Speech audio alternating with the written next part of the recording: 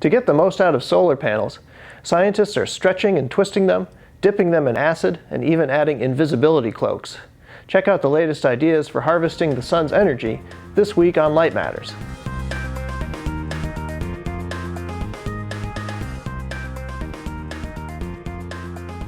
This is Light Matters for December 9th, 2015. I'm your host, James Lowe. On this month's show, we'll cap the International Year of Light by taking you inside an effort to get girls interested in careers in photonics.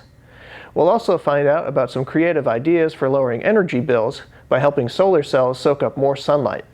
And we'll take a peek at a couple of novel imaging devices that could make you a smarter and safer shopper. First up, Photonics Media senior editor Justine Murphy tells us about a camera that's thinner than a dime.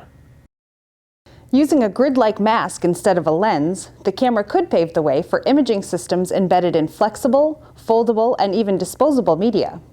FlatCam detects a linear combination of light from multiple scene elements and uses an algorithm to convert the data into images and videos. Developed at Rice University, the prototypes use off-the-shelf sensors and a desktop computer to acquire and process 512 by 512 pixel images at visible and infrared wavelengths. In the future, they could be incorporated in devices with their own processors, like smartphones, and conceivably even credit cards. The researchers expect FlatCam's resolution will also improve as more advanced manufacturing techniques and reconstruction algorithms are developed. Meanwhile, a consumer-grade multispectral camera could help users find the best avocado at the grocery store and more.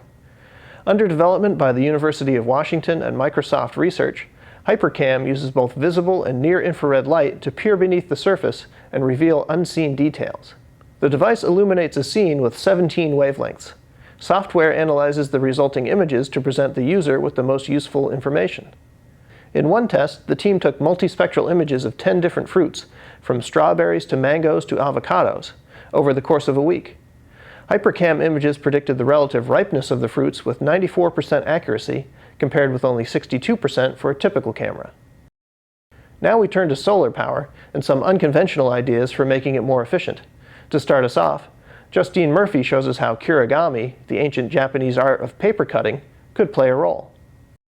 With help from an art professor, researchers at the University of Michigan recently created flexible solar cells that could track the sun without any heavy motion equipment. They used a CO2 laser to perforate the material at regular intervals. The perforations cause the solar cells to tilt when the substrate is stretched. The angle of tilt can be controlled, allowing the cell surface to stay perpendicular to the sun's rays throughout the day. Solar cells capture up to 40% more energy when they can track the sun across the sky, but conventional motorized trackers are too heavy and bulky for pitched rooftops and vehicle surfaces. Agami solar cells, on the other hand, would be about the same size and weight as conventional cells installed on rooftops today. Thanks, Justine. Another factor limiting solar efficiency is the presence of electrical contacts, which cover 5 to 10% of the surface of conventional cells. While they're vital for extracting energy, they don't help absorb it. Now, two groups are exploring different ways to decrease the footprint of these contacts and let solar cells absorb more of the sunlight that shines on them. At Stanford University, researchers used a chemical process to grow silicon pillars through nanoscale holes in a conductive gold film. Before the treatment, the gold covered roughly 2/3 of the cell and reflected about half of the incident light. Afterward, it reflected only about 3%. The researchers said the method could boost the efficiency of conventional silicon solar cells from 20% to 22%. Meanwhile, a team at the Karlsruhe Institute of Technology in Germany is using the principle of optical cloaking to hide electrical contacts. In their simulations, light that would normally reflect off the contacts is redirected into the energy harvesting regions of the solar cell. While the team looked at metamaterial cloaks, they said that cloaks based on freeform surfaces are the most promising because they can be integrated into mass production processes. The gender gap in optics and photonics engineering is closing, but it's not quite there yet, even during the International Year of Light. Lower numbers of female engineers in the world translates to a shortage of role models for young girls interested in science. And that's where Lasers for Ladies comes in. Organized by the University of Southern California, this was a free event that gave elementary, middle, and high school age girls a hands-on look at lasers, optical systems, virtual reality, and more. The program was funded by the U.S. Office of Naval Research, and equipment and tools were provided by USC and several photonics-focused companies such as Northrop Grumman, Newport, Zeiss, and the U.S. Air Force Office of Scientific Research. More than 500 girls from throughout Southern California attended, and they were introduced to female optics and photonics engineers.